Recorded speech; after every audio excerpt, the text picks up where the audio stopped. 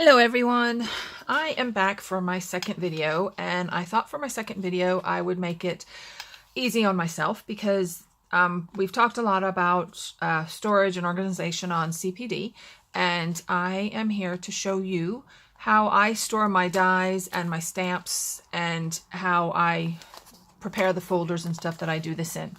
I'm still working on making it perfect. But in the meantime, I can show you what I've got and how I plan to go forward with making sure I don't get duplicates anymore, because I am famous for getting duplicates of things I already have. So with that being said, oh, and at the end, if I have enough time, if it's not gone on too long, I am going to show you how I cut my zutter. This is the clipboard that they call it, the clipboard. And what I've cut these pieces for would be, I'm working on a junk journal. I'm taking a class with Nick the Booksmith, and this is the cover, but this is my 8x8 piece of chip clipboard. So I will show you how I cut it fairly easily. But with that, without further ado, let's get forward. Here's just a sampling of some of my dies. I just tried to take a sampling of different ways that I have them stored. As you can see, front and center, I have my Tim Holtz tag dies, which all get their own envelope. At the end of this section, I will, in between this and the stamps, I'll show you how I prepare the folders and where I get my folders. So as you can see, I pretty much just, what I did is I took the packaging from Tim Holtz, and instead of keeping them on the sticky, because I always end up messing up the cardboard, I just attached a piece of magnet to it, and now all the pieces are magnetized, and I slip them into my folder and into the basket that I store them in. So that would be just the basic one. One way that I do it. Another way that I do it is because, as you know, you get some stamps that have, not stamps, some dies that are smallish, you know, but they're like collections. This is what I originally started doing, was I have a piece of magnetic sheet, which I put all the tonics, winter flourishes on it, and here's all the numbers. And unfortunately, I didn't save the pictures to them, which I'm quite upset about, but I know which ones these are, and I have all the numbers to them, so I can always keep track of what I have. And, you know, what dies they are. I keep wanting to call them stamps. They're not stamps, they're dies. So these just go in the folder, and that minimizes. So I have literally 2, 4, 6, 7 dies in one folder. Here's another example where I have kept the packaging, and I have taken just one of the pieces. Usually I'll have a piece of acetate where I stick all the dies on, or a piece of magnetic sheet. But you can see I have 5 die sets in this one folder. But it saves on space. I can better see what I have if I just, if I flip through my folders. Some of the bigger dies I keep double-sided, and I keep on, here is one where I did keep enough of the packaging, so I knew what it was for its tonic. Just keep it at the bottom. Just a few examples. There's all my buckle dies. Keep those all together. I like to keep, I'm always a person that keeps like with like. So, like, here's a trellis circle, and here's the trellis base of the rectangular style shape, back and forth. This is when I first started doing this. Was with my tattered lace like 4 or 5 years ago, when tattered lace first started to come out with these dies. I also like to keep collections together. So say you have all the Chatsworths, which are some of Tattered Lace's original dies, which are some of my favorites. So I would keep them all on one side of the magnetic sheet with the packaging. And then on the other side, I have all of the Hayden.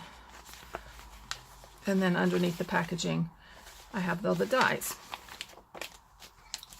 Now here's some new ones, which I'm still trying to figure out the best way to keep these. These are from Clarity. They're new lines of dies. And what I've decided to do is, I don't want to get rid of the packaging, but I don't think that you know, for such a small die, I don't think they all need to be in separate folders. It just takes up a lot of space.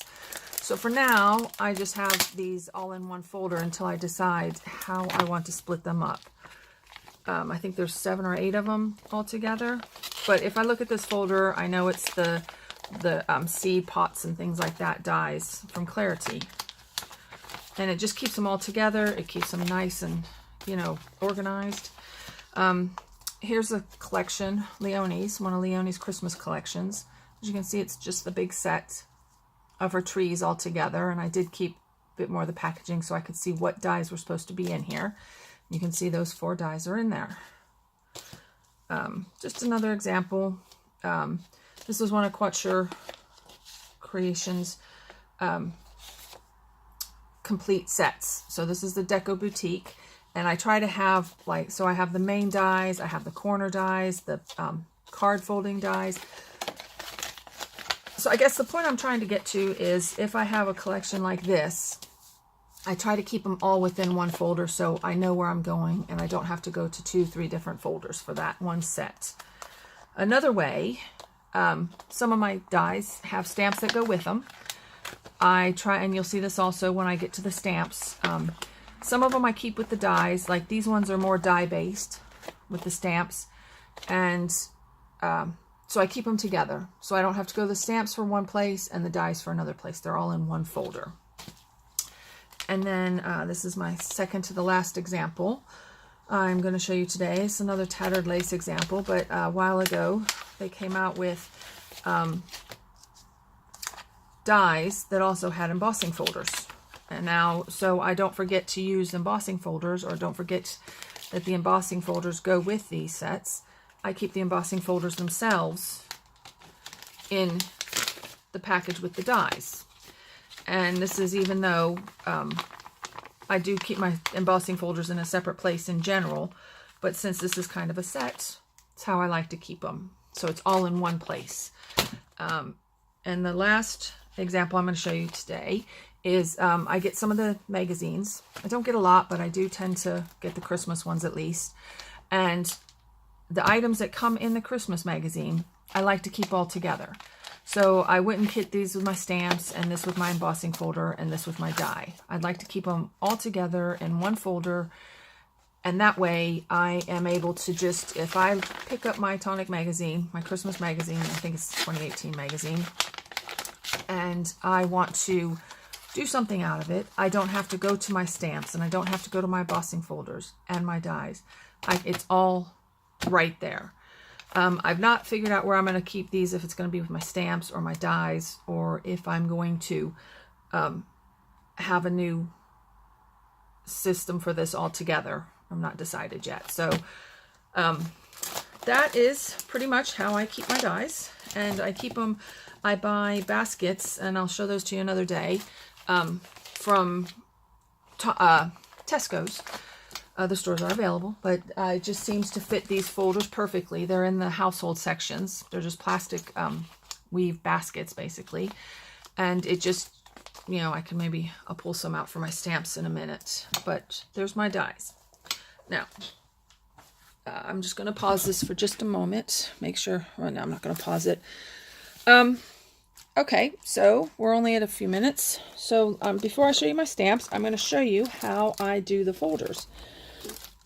The folders start like this, and I get them either at the pound shop or these ones, I've been recently getting them. The most common place I get them now is actually at Home Bargains, because you get a pack like this, 5 of these folders for 49p. So as you see, you just get the 5 of them. They work great, and I tend to like the clear these days. I did used to color code them. As you can see, some, you know, from what I was going through, some of the folders were colored, but I just tend to get all clear nowadays. So this is how they start life, and all I do is pop out, because in my flat, I have a studio flat. It's a large studio flat, but it is a studio flat, and so I'm very limited in space. So everything storage-wise I do is about optimizing my space. And by keeping those snaps on, here I have 2 folders with the snaps on. As you can see look how thick that is. And then I have 2 folders with the snaps off. You can see they take up considerably less space. So what I do is I take a pair of just hardware store, these are inexpensive wire cutters, and I just simply hold my finger down below on this button and I get under it. Of course it's not going to do it on camera. Oh, there it goes. Yes, they do fly all over the place. And then I just do it to the bottom bit, usually, if I can catch it before it flies. There you go. And then you have a flat folder. So the only thickness would be from the stamps. And I will do that one more time in case you didn't see. You just take this and you just work the wire cutters underneath. So you be a little bit gentle so you don't rip the folder, and you just cut it like that and both pieces come off. And let's do that side as well.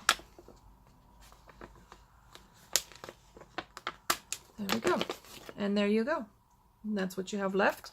I've not figured out anything to do with those except for maybe those, use them as a button or something, on a card or something. But so I just, usually buy 5 or 6 packs at a time and cut all the tabs off. And so then I have them. And yes, I have a stupid amount of these filled. But I just save these and just keep them in my drawer, ready for when I buy or when I receive dies or stamps. Or also I've been keeping my Groovy system in these as well. I keep my Groovy a little bit differently than I keep my stamps and dies. But that is basically my steps for storing dies and stamps and Groovy and whatever else I can fit into those envelopes. They are quite handy. So with that being said, I will show you some of the different styles of ways that I store my stamps and how I plan to catalog them. I haven't done it yet, but this is my plan. So as you can see, these are Studio Light, just a couple, they're from CPD, but the packaging was a little bit too high for the folder, so I ended up just cutting the packaging off because it doesn't affect the stamps whatsoever. But to have just one of these in a folder is non-productive, basically. So most of my folders have an A6 size, 2 side to side. Here are some Imagination Craft ones, which I've also had to cut some of the packaging off of at the bottom. And I keep those. Now in these ones, I keep the stamps to the front, because if I kept this to the front, it wouldn't show me what the image was. So I keep these stamps to the front so I can see the images. With my Indigo Blues and some of my other stamps, I actually keep the packaging to the front. And with my Indigo Blue, I have to cut off some of the packaging as well, although I hate to do it.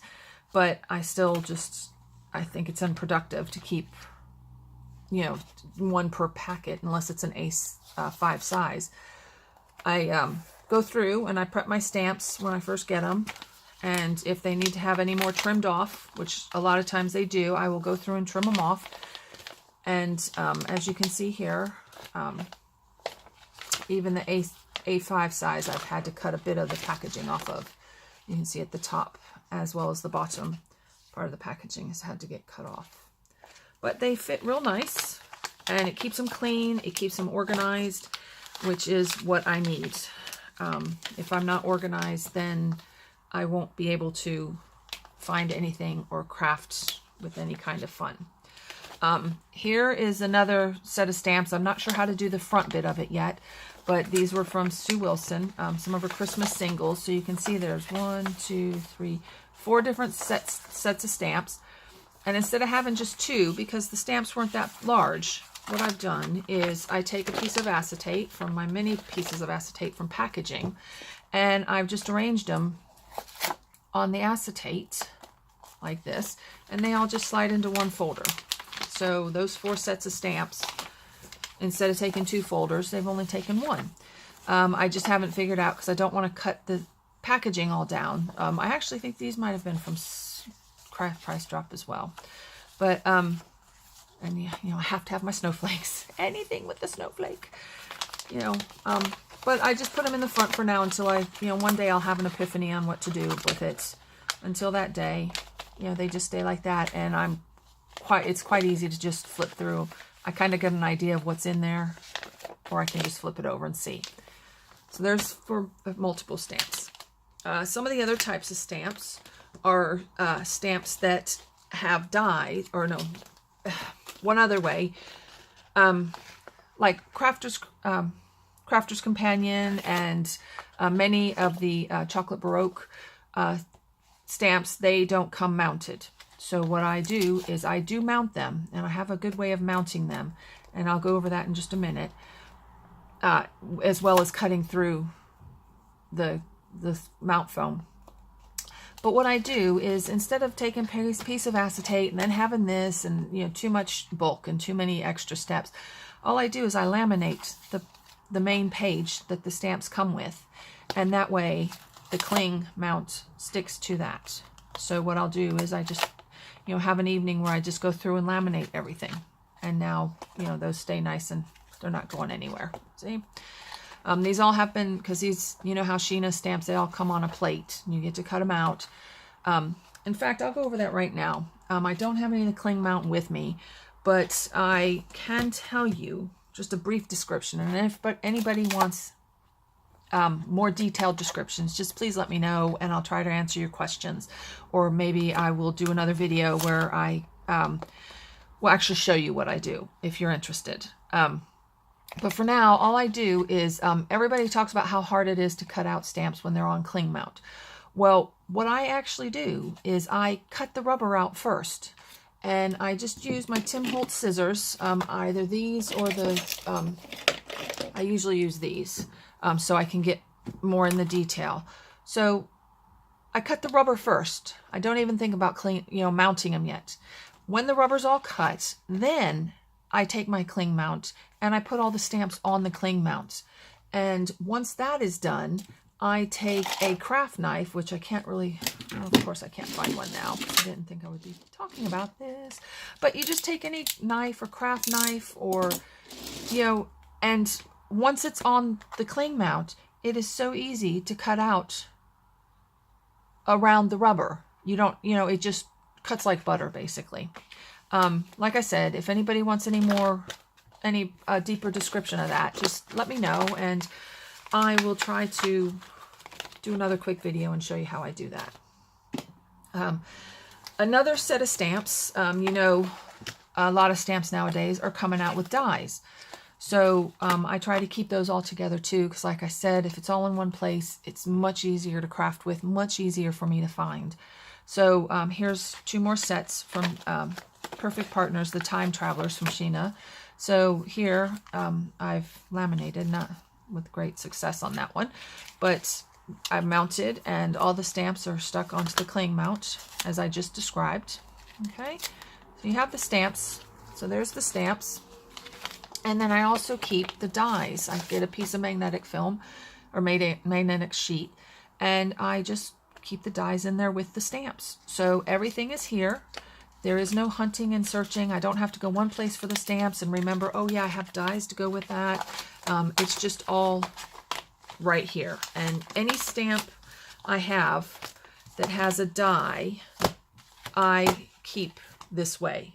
I thought I had a couple more stamp sets to show you that example, but I guess I would be mistaken. I don't know what I've done with them.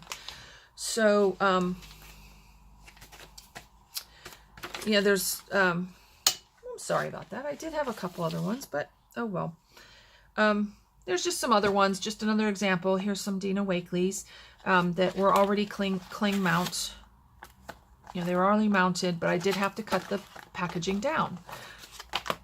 I don't like getting rid of packaging, but I will cut it down so that it fits into these folders, because I think it just saves time, space, and aggravation, basically.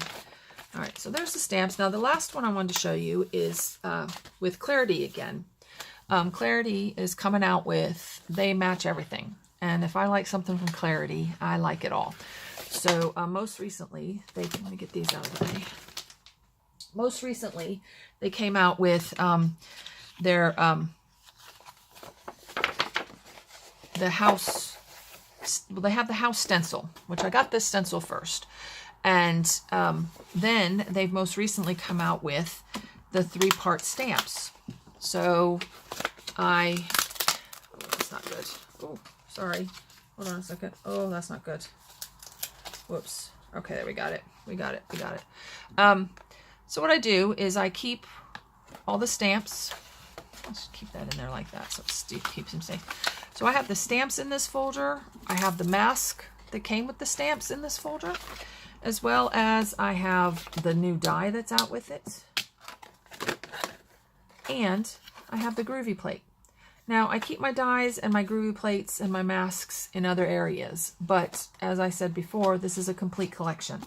And I do like to try to keep complete collections together. So I just slide them all into my envelope. And, oh, there you go. It's a snug fit, but it does all fit in there. And now I know if I want to use this stamp or die or the only thing that isn't in here, because it doesn't fit in the folder itself, because I think it's a 7x7 or 8x8, is the stencil. So that is with my stencils, but it's in its own stencil book. So I will probably eventually, like, you know, write something up here like stencil or something, so I know there's a stencil to go with it. So I think that pretty much goes over how I keep my stamps and my dies and how I prepare the folders for storage. The last item I want to go over is how I cut. Now, this isn't the chipboard, and it's not the acrylic, and it's not the canvas board. This is the clipboard wood. So it is wood, and these are, I've been using the 8x10 covers from Zutter, because you know I am Zutter queen. Between snowflakes and Zutter, I don't know which is worse. So basically, I'll start with a piece like this. And for my journal, as you can see, unfortunately, I would only get one piece out of this size, because this side is just a bit too short for a traveler's notebook size. So I just take one, but it leaves me with these pieces left over. Right? So I'm going to do something with these eventually, because I've already started preparing those for the journal. But I'm going to show you how I cut this clipboard, because it does cut pretty easily. You just have to be patient. It's like cutting foam core. You don't cut, or mat board, like a professional mat board. You don't cut, you know, you don't take your blade and go, you know, real hard and try to get it all in one fell swoop. It takes multiple passes. So I'm just going to do this. I've measured this out already, because this is what I cut for my cover. And all you do, and I would suggest you have an X-Acto knife or Stanley blade of some sort. With the X-Acto knife, the snap blades, I don't even know what to call them, but you always make sure you start with a fresh one, because it does dull the blades. So I would recommend using a Stanley knife, because I think the blades are cheaper. I think they probably last longer, and you can use both ends of them. I don't have a good one right now. I'm not sure what's happened to mine, but so I'm going to use my X-Acto knife. Other brands available. Always. So basically, I've marked this space out, and I have a steel rule. I'm going to stand up to do this. And here we go. So basically, you just want to, safety first, always make sure your fingers are out of the way, but you have a firm hold on the side there, on the board, and you just start scoring it. So I'm not putting a ton of pressure down, and I'm just going through the board, pass after pass, and each time I get a little further down. Okay, so I don't know if you can see. Where is it? There it is. I am probably 2/3 of the way down. There it is, right there. So just make a slight bend there so I can see on the other side. Sometimes I measure out the other side. Sometimes I just make the slight bend. And with my ruler, I start cutting on the other side to go the other way. And when it meets in the middle, there you go. Nice clean cut. Very nice clean cut. So you see, if you have a little bit of patience, it will cut nicely. Then all I do is I take a sanding block, which I don't have to, yeah, I do have it to hand. Hold on, just take a sanding block and I just go over the edges.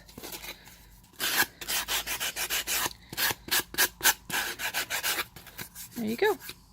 It's nice and smooth and ready for use. So, all right, well, that's me for today. I think, well, I'm hoping my second video it seemed to have gone without too much distraction or anything. So I am hoping to review this and post it, and I will see you guys all tonight at 7. Till now, I'm out. See you later. Bye-bye.